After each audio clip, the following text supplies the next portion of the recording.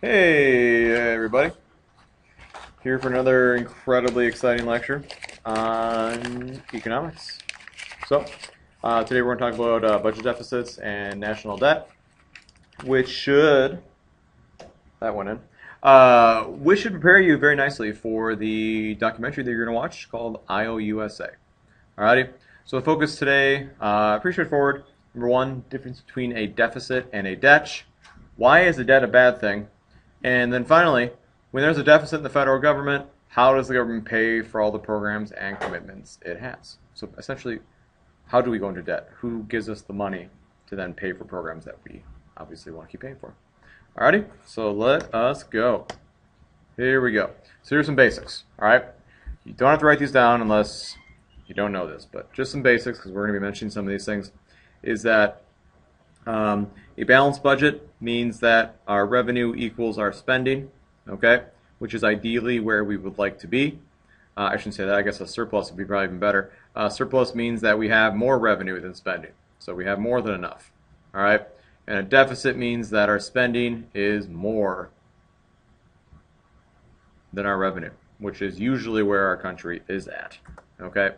Here's a little history here of all the budgets that we've had and whether or not they've been surpluses or deficits.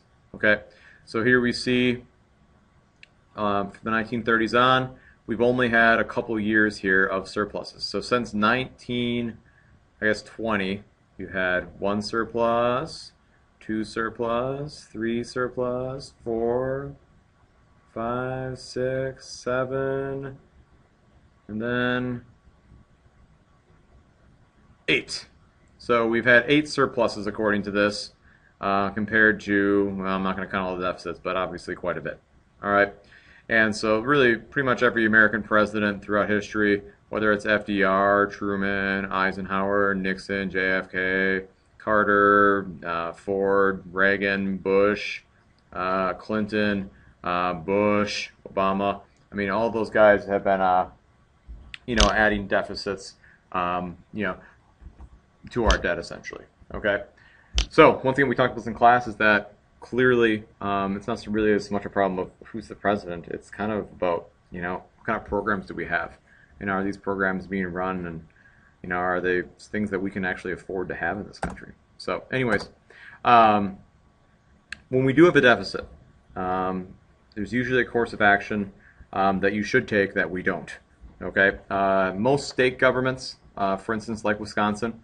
Wisconsin has a balanced budget amendment where our government has to have a balanced budget. Okay. Now, Wisconsin, the one thing that's kind of tricky about it is that our budgets are 2 years long. And so our legislature in Madison, they have to predict how much money they think we're going to bring in taxes and then have a spending plan that meets the revenue they anticipate coming in. So sometimes in Wisconsin we have surpluses where we have more revenue than we thought we were going to have, and other times in Wisconsin we have deficits at the end of the 2-year budget that we weren't expecting.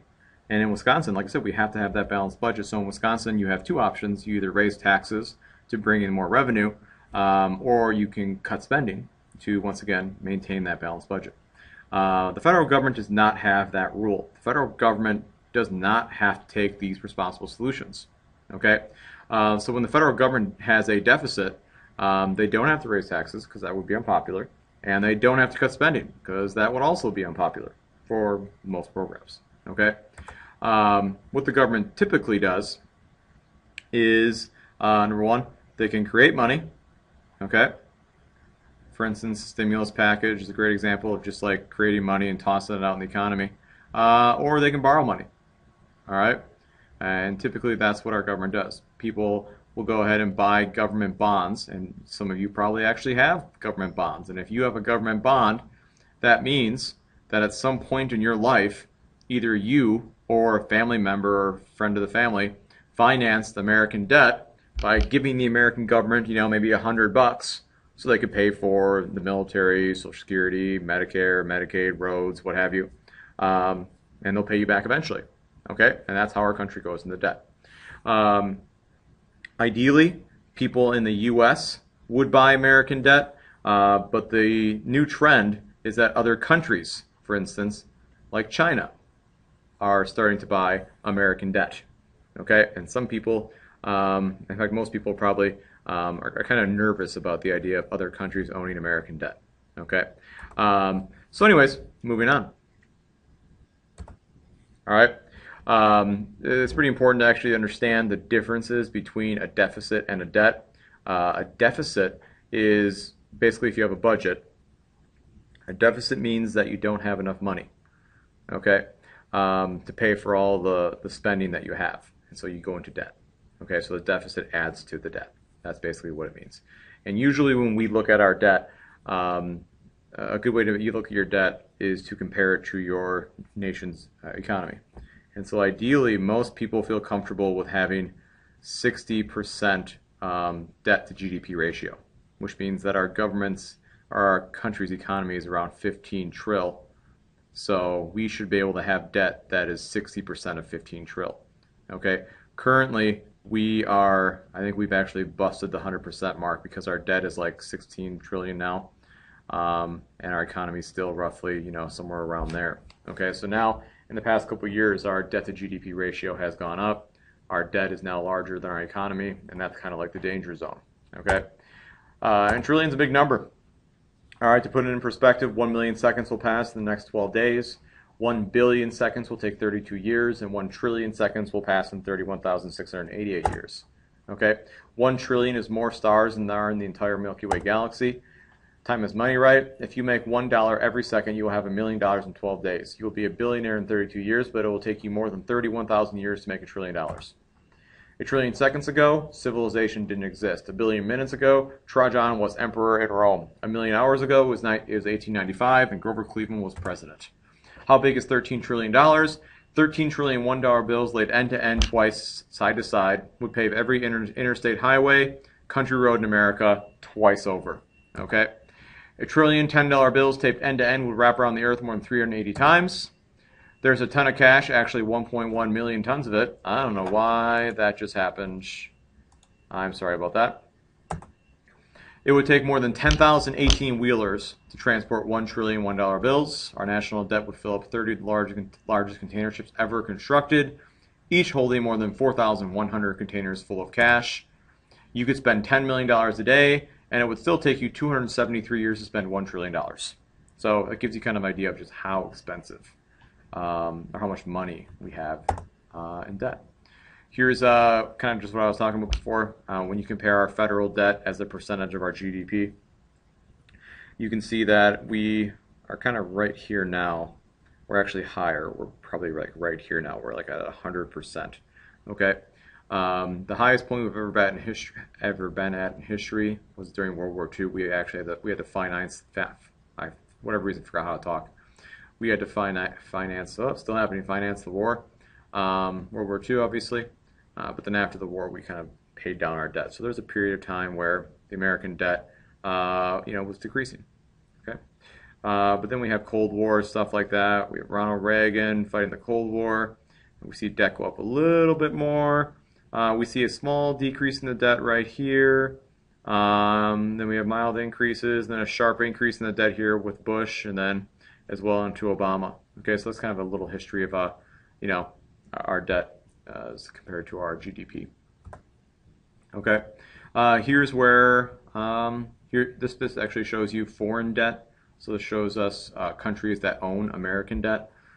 So for instance, and this is in 2008, so I should have updated this, but it just gives you an idea. Back in 2008, the Chinese owned $700 billion of our debt. The Japanese owned $600 billion of our debt. This is all other people, obviously. Caribbean banks own that much. The oil-producing countries, known as OPEC, they own that much. So you can basically just kind of go through and see what countries own our debt. Okay. And I guess the question is, why is debt a bad thing? Okay. Why is debt a bad thing?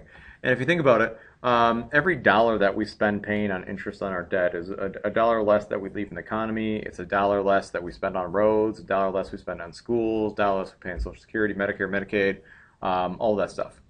And I guess the ironic thing about our country is we have a huge military. Okay, But we have a huge military because we borrow money to pay for it, because the past couple of years we haven't had enough money to actually finance all the money that we spend on the military. And so we have a huge military to protect ourselves. But the ironic thing is that because we borrowed so much money and we owe countries, other countries own our debt, those other countries now can use our debt against us, which kind of takes away some of our sovereignty and our ability to do things. I mean, China now owns $1 trillion of our debt. Okay, they have some kind of control over us now. We can't make them do whatever we want. They own our debts. Okay, they could flood our market with $1 trillion whenever they want. That could mess up our economy. Okay, so having other countries own your debt, while it's nice that countries help us out and buy our debt so we can have our programs being paid for and stuff, national security wise, it's a major issue. Okay, and it's something you don't want to have. And obviously, the bigger your debt gets, the more interest payments pile up, and the less programs that you can then have. So clearly, debt's an issue that needs to be addressed. Okay, talk to you later.